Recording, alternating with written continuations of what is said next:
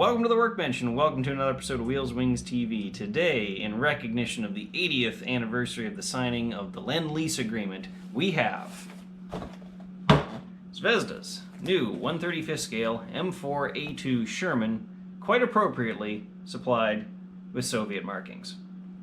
If you want to have a good look at the parts in the kit, check out our inbox review, but for everybody else, on with the build.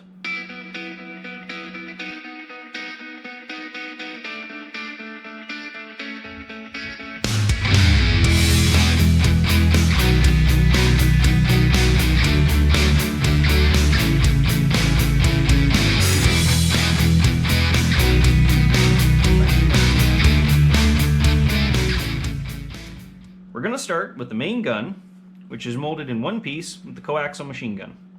There is a slight mold seam, which is quickly taken care of with a Tamiya sanding sponge. The muzzle is molded as a separate piece, and two alternate versions are supplied. However, I don't see a scrap of difference between them. It would have been nice to see Zvezda take advantage of slide molding to eliminate the need for a separate muzzle.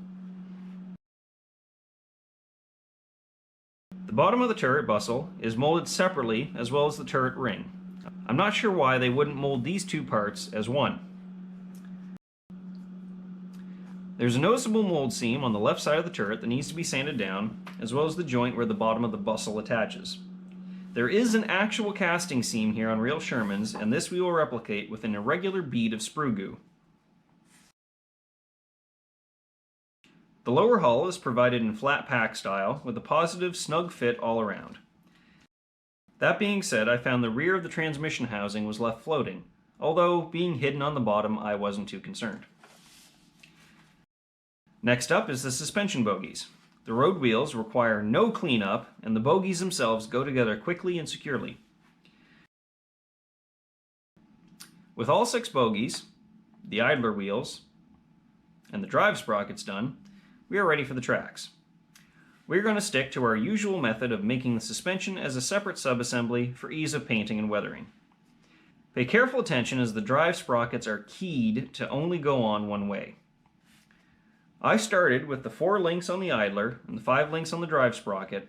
However, the instructions are not completely clear on where exactly the links should start on the sprocket, and I think I may have gotten placement off as I ended up with a 1-link gap at the back.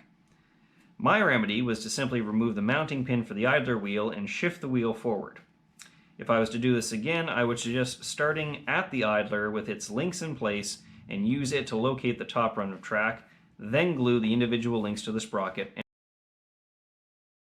The plastic in this kit is exceptionally smooth. However, the turret, mantlet, transmission housing, and the top of the hull around the hatches are all cast pieces and should have a noticeable texture. We will replicate this by stippling on some Mr. Surfacer 500 with an old brush. The center portion of the bogies should be textured as well. However, we're going to be covering these with earth effects anyway. The muffler and exhaust deflector are then attached to the lower hull, as well as the bottoms of the sponsons before finally fixing the upper hull in place. Don't forget to add the fixed periscopes for the driver before attaching the upper hull.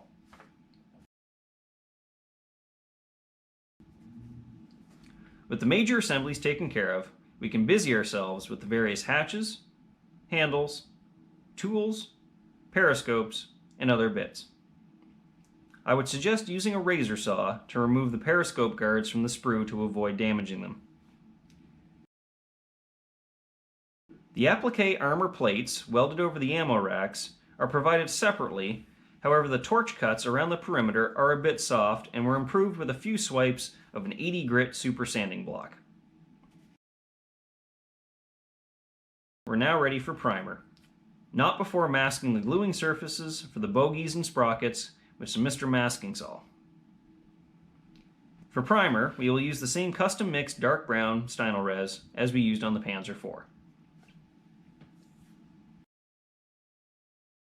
With our primer dry, we're ready for our olive drab, and for this we are using True Color 1423 Olive Drab No. 4. This is supposed to be a post-World War II shade, however I do prefer the lighter greenish brown shades of olive drab over the dark greens like Tamiya's XF62. We're not going to bother with any pre-shading or modulation effects and just go for one uniform coat of paint. With the turret and hull done, we're going to grab a smaller airbrush for the suspension as we want to preserve the dark brown primer as the base color for the tracks. Being a lacquer paint, true color dries very quickly, and by the time we have our airbrushes cleaned out, our olive drab is more than dry enough to continue with detail painting. The wooden tool handles are painted with Vallejo English Uniform, and the metal parts with AK Dark Gray.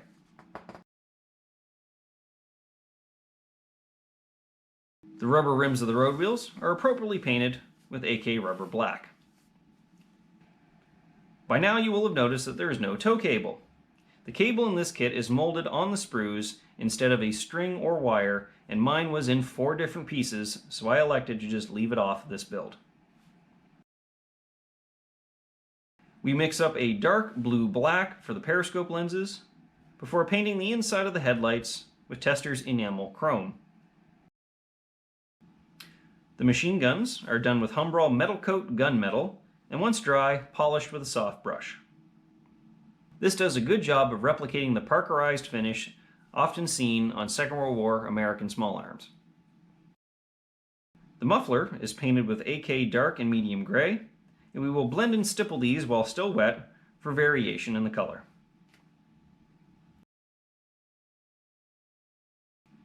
With the last of the painting done, it's now time for decals, all 3 of them, which are applied and set in place with Walther Solvaset.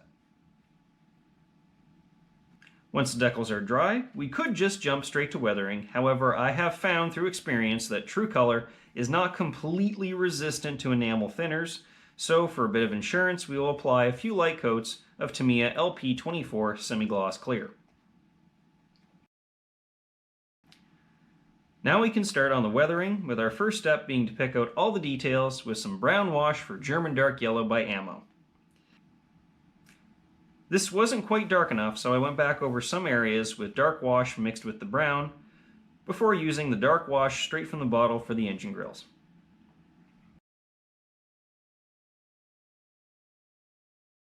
Next is some grease and fuel stains with Starship Filth oil paint. This is stippled in the low areas around the base of the turret, the main gun, the filler caps on the engine deck, and a few stains running down the side of the vehicle.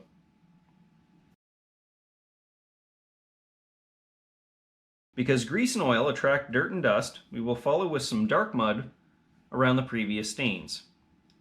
We will also use this to define the hatches by subtly shifting the color around them to make them more pronounced and not blend in with the rest of the turret.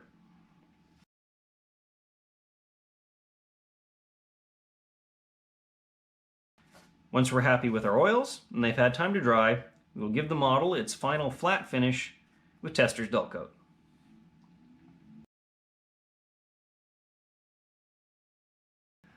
Through the magic of television, we've gone ahead and dirtied up one side of the tank, and now we'll walk you through how we got there. But before things get too muddy, we need to tackle the exhaust using the patented Uncle Night Shift method of ammo rust streaking and light rust wash. And while we're at it, we'll put some rusty effects on the tools as well. Now we can talk dirty. First step is to apply some AK dry mud splatter effect to the tracks with an old brush. Make sure to get some down into all the recessed areas of the tracks. And don't forget to wipe this off the track cleats as you go along. Then sprinkle some sand over a mud effect for additional texture, making sure to knock off any excess. Setting the tracks aside, we will work on the lower hull with the same dry mud effect. First, apply some to the top and bottom of the hull sides, concentrating around the bogies, the idler, and the sprocket.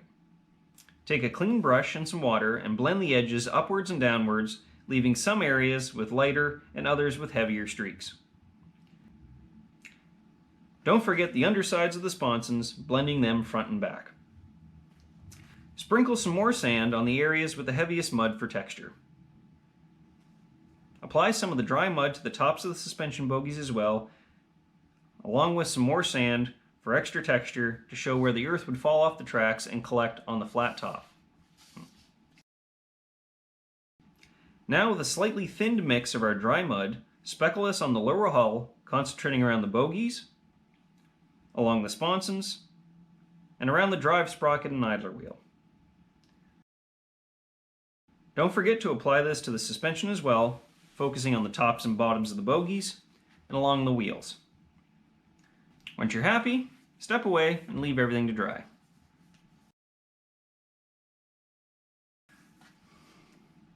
Up next is another round of speckling, this time with Ammo Nature Effects Earth, following the same technique as before. Don't forget to add some streaks to the side of the hull as well, and a few speckles along the outside edge of the sponsons. The final layer of dirt will be a mix of the previous earth and Ammo Heavy Mud Dry Light Soil, following the same speckling and streaking as before, and once satisfied with the result, leave everything to dry. The last step for the tracks is to highlight the worn surfaces with metallic pigment using a rubber brush. Don't forget the idler wheel and the teeth of the sprockets as well, and why not put a little metal sheen on some of the tools while you're at it.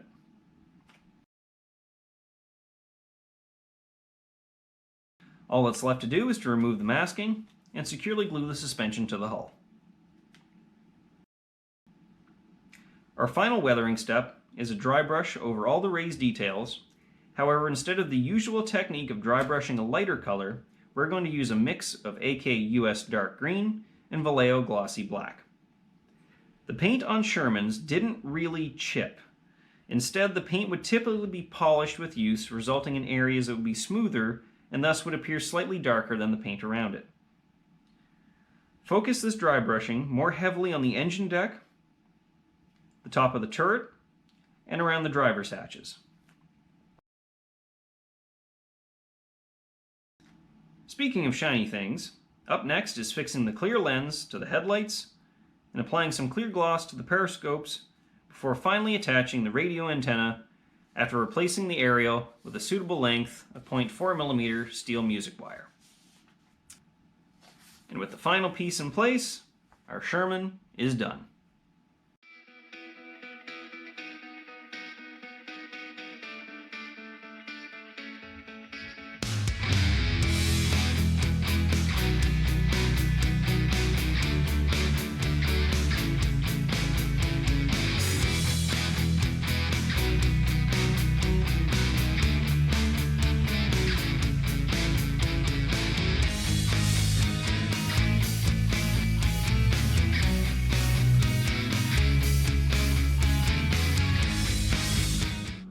So, Zvezda's 1/35 scale M4A2 Sherman.